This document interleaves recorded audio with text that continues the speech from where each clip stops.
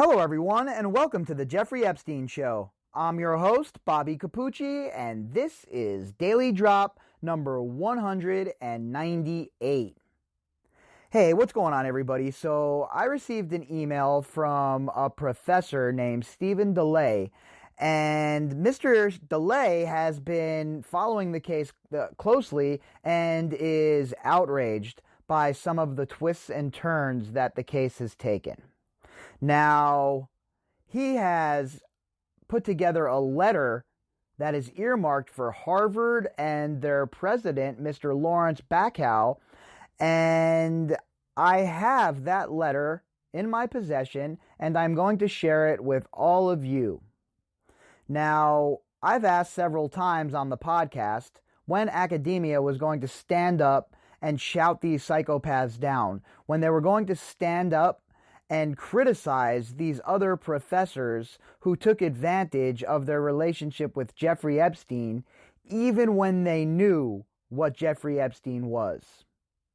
I was wondering when other professors, other scientists were going to stand up and be vocal about how embarrassing it is for somebody like Epstein to use an institution like Harvard to conduct their sick and twisted behavior.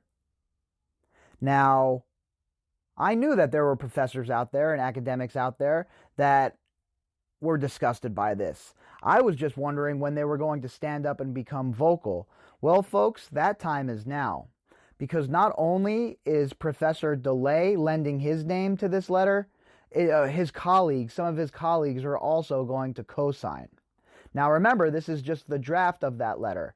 Once the letter is completed and everybody adds their name to it, we will revisit this and perhaps even ask Mr. DeLay to come onto the podcast and speak about his motivation for writing this letter. So with that said, let's jump into it and let's see just exactly what Professor DeLay has to say about Harvard and their handling of the Jeffrey Epstein situation.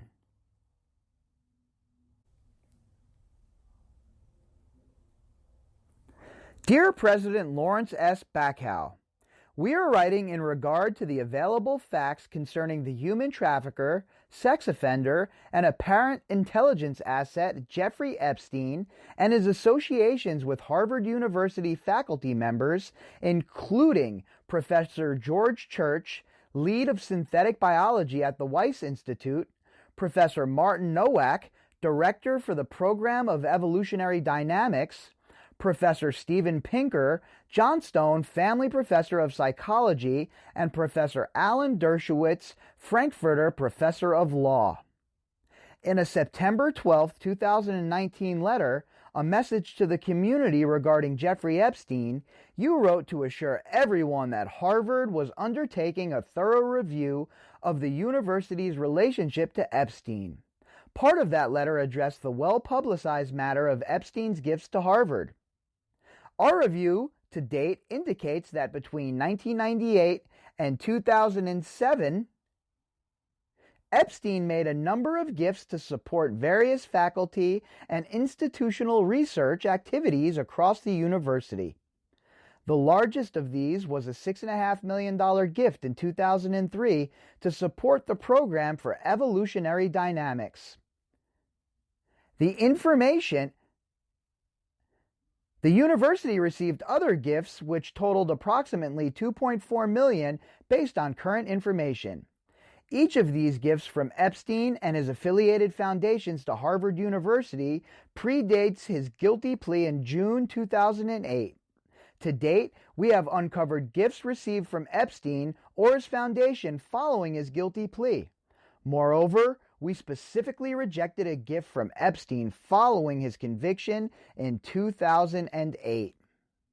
It should be noted that victims of Epstein, including Miss Maria Farmer, had reported Epstein to law enforcement as early as the 1990s.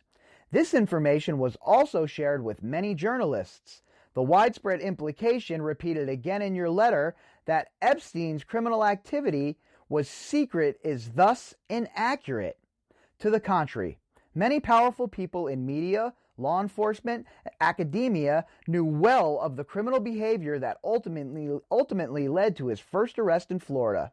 However, despite the best efforts of investigators at the Palm Beach Police Department, a punishment befitting of those crimes never followed, thanks largely to the appalling non-prosecution agreement that Professor Dershowitz and others arranged for Epstein.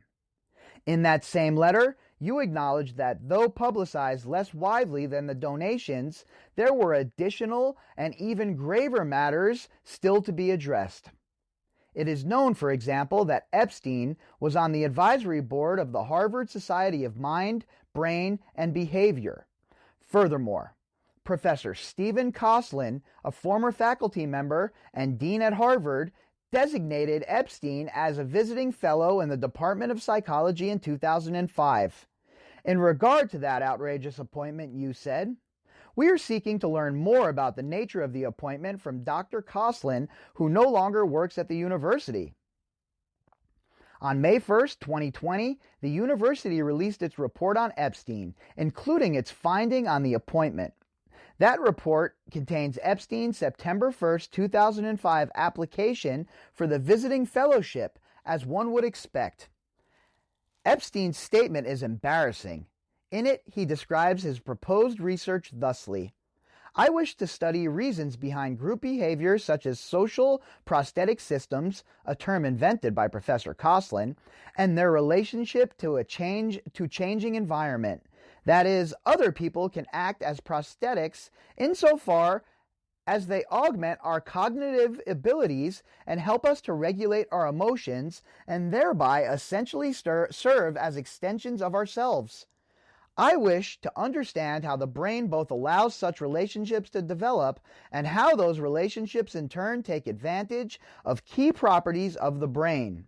Epstein described his research plan in more detail as follows: possible timetable, September. Begin to conduct library research and continue discussions about theory. February. Begin to formulate possible tests. April. Begin to implement experiments. June. Begin to test theory. Other resources needed. If the theory can in fact be tested rigorously, I would need access to functional magnetic resonance imaging machines. I understand from Professor Kosslyn that this will be possible. The extent that is possible to make sure of what Epstein had in mind, it appears, he was attempting to take the extended mind thesis, a notion originating in the philosophy of mind, and bizarrely hypothesizing that other people, rather merely than objects, can potentially be incorporated as extensions of one's mind. Aside from being frivolous, the notion that human beings can serve as prosthetics is also creepy and disturbing. It certainly should have been judged to be far well below the acceptable standard scholarship at Harvard. The report itself acknowledged that Epstein's research statement was manifestly that of a charlatan.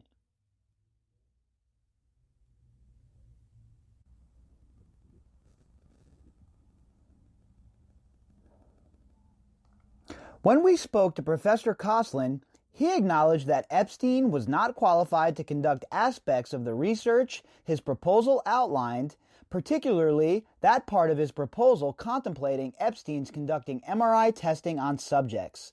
Professor Kosslyn also acknowledged that Epstein's educational background, he had no undergraduate degree, was highly unusual for a visiting fellow. While visiting fellow status does not require an undergraduate degree, visiting fellows do typically have advanced degrees.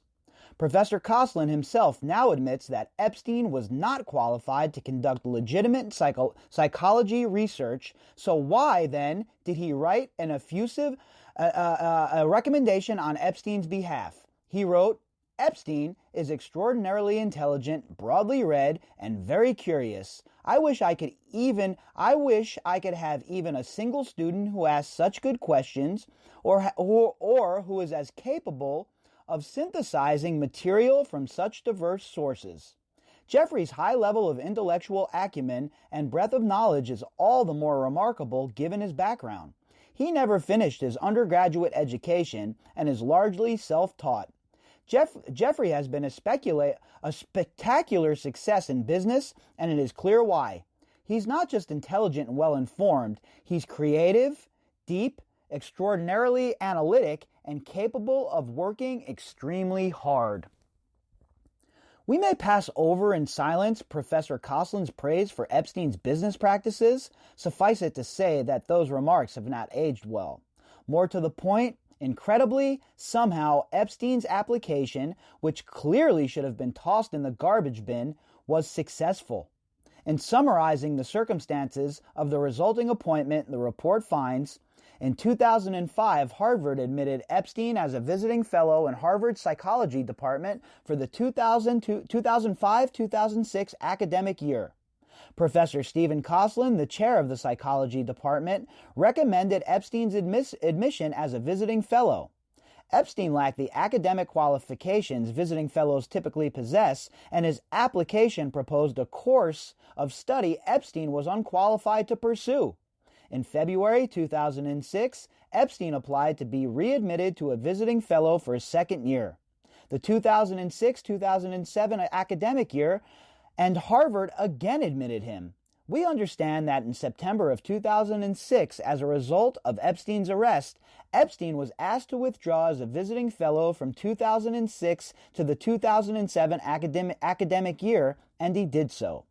It should be noted that despite Epstein withdrawing as a fellow in the wake of the arrest, Professor Church and Professor Nowak nevertheless were photographed having traveled to Epstein's Little St. James Island after those criminal charges were brought against Epstein in Palm Beach. The irregularity of Epstein securing a research fellowship despite not having a college degree and despite being under Palm Beach police investigation for sex crimes against minors at the time of that appointment cannot be overstated. Hiring decisions are never made in an institutional vacuum. Was anyone else in the department besides Professor Koslin involved in making the appointment? Was Professor Koslin the only one to supply Epstein a letter of recommendation, or were there other such letters? Epstein would have been required as part of his application to submit a curriculum vitae. That document, however, was not mentioned in the report. Will it be made available to the public? Did anyone at the department voice opposition to the appointment? What, if anything, was done in response to those complaints? In fact, nobody in the department objected to the appointment. Then clearly the problem went well beyond Professor Koslin.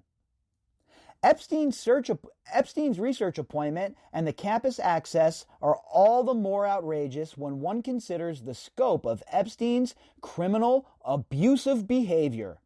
This was not simply an intellectual poser, but a moral monster. Human trafficking is among the largest illicit industries in the world. The untold misery this sick and evil institution has inflicted on children and women around the world and continues to inflict is incomprehensible. Toward the beginning of your letter, you seem to face up to this reality when you wrote, "Let me start by emphasizing the obvious. Epstein's reported criminal actions were utterly abhorrent. They flagrantly offend the values of our society and this institution, and we condemn them.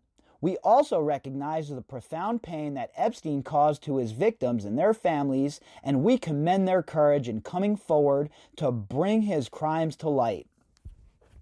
It is one thing to say that one condemns such behavior as abhorrent, another thing to demonstrate with action that one sincerely means it. Our institutions of higher education have a civic duty to exemplify moral excellence. But as the Epstein affair has made clear, such institutions are currently failing victims of human trafficking and sexual abuse. We have seen MIT focus the institutional blame on Mr. Joy Ito and Professor Seth Lloyd, while allowing Professor Frank Wilczek and Mr. Nicholas Negroponte to skate. Limited accountability appears to be the case here as well. While it is good to see Professor Nowak placed on leave, What of the others, such as Professor Dershowitz, Professor Church, and Professor Pinker? Are they above scrutiny? If you are serious that Harvard must show accountability for its hand in the Epstein and show accountability for its hand in what Epstein and his enablers have done, you will set the example by beginning the change yourself. That means resigning. Yours sincerely, Dr. Stephen DeLay, Faculty Fellow, Ambrose College, Wolf University, Old Member, and Christ Church and Oxford. So folks, look, I've said it numerous times now about academics not coming out swinging about what's going on. When people like this in your field are casting such a shadow upon you and your colleagues, I don't know how these academics have just sat back and not come out swinging. But Professor DeLay here, boy, he hit it out of the park, right? Was that letter perfect or what? That's the kind of letter where I don't even need to interject. This is a man that certainly knows what he wanted to say. He had a message to put forth, and he certainly put that message clearly within that letter. So I'm going to talk with Professor DeLay a little bit more, and I'm going to definitely follow what happens in the future with this letter and how Harvard responds. So I'll talk to Professor DeLay a little bit more going forward, and I will also see if at some point he would like to come onto the podcast and speak with all of you. And Professor DeLay, I'm pretty sure you're listening out there. Thank you for sending me that letter. It's perfect, and I'll tell you what, the survivors need more people like you stepping up to the plate, sir. People with a powerful voice, people with a voice that others listen to. And I'm thankful that you reached out to me, and I'm very grateful that I could bring this letter to the listeners so that they could understand that not all academics have abandoned the survivors. Not all academics are only in it for themselves. That there are men and women of honor that are traveling the halls of our most prestigious and highest institutions. All right, folks, so if you'd like to contact me, you can do that at bobbycapucci@protonmail.com. That's BOBBYCAPUCCI@protonmail.com. You can also find me on Twitter at BOBBY_CAPUCCI. All right, folks, we'll be back tomorrow with some more coverage. Until then, I hope you all have a fantastic evening.